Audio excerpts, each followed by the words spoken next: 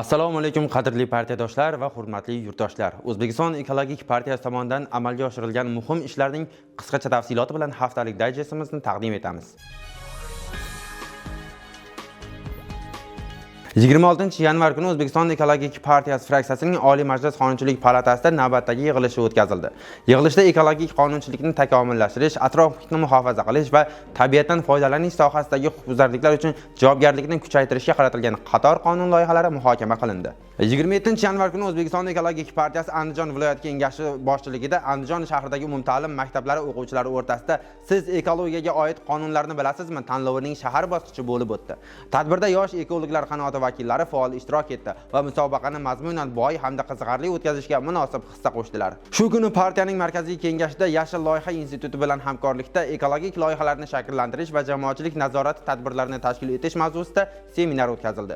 Unda ekologik barqaror rivojlanishni ta'minlash, atrof-muhitni muhofaza qilishga qaratilgan loyihalarni samarali amalga oshirish hamda ularni jamoatchilik nazoratini kuchaytirish masalalari muhokama qilindi. Shuningdek, ilg'or xalqaro tajribalarni milliy amaliyotga joriy etish yo'llari ko'rib chiqildi. 28 yanvar kuni Renessans ta'lim universitetida partiya tashabbusi bilan o'tkazib kelinayotgan Eko-intellekt zakovat turnirining Toshkent shahar bosqichi bo'lib o'tdi. Turnirda davlat va nodavlat oliy ta'lim muassasalaridan Green universiteti, Jahon iqtisodiyoti va diplomatiya universiteti, Toshkent davlat yuridik universiteti, Fan va texnologiyalar universiteti hamda Toshkent irrigatsiya va qishloq xo'jaligini mexanizatsiyalash milliy tadqiqot universiteti talabalaridan tarkib topgan jamoalar ishtirok etdi. Davlatimiz rahbarining Oliy Majlis va O'zbekiston xalqiga yo'llagan murojaatnomasida belgilangan ekologik islohotlar, atrof-muhitni muhofaza qilish, jamoatchilik ishtirokini kuchaytirish va mahallalar bilan hamkorlikni yangi bosqichga olib chiqishni taqozo etmoqda.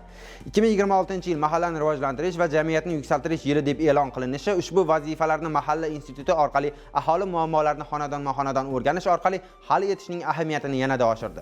Shu munosabat bilan partiyaning saylovoldi dasturida belgilangan ustuvor vazifalarni amalga oshirish hamda mahalliy tuzilmalar faoliyati samaradorligini oshirish maqsadida 28-31 yanvar kunlari markaziy kengash tomonidan o'quv seminari tashkil etildi. 3 kunlik seminar davomida qatnashchilar uchun ekologik siyosat, qonunchilik, mahalla va institutning jamiyatdagi o'rni, siyosiy partiyalar imiji, elektorat bilan muloqot, jamoatchilik nazorati, mehnatni muhofaza qilish, kadrlar bilan ishlash hamda zamonaviy axborot texnologiyalari, jumladan sun'iy intellektdan samarali foydalanish mavzularida mazmunli ma'ruzalar taqdim etildi.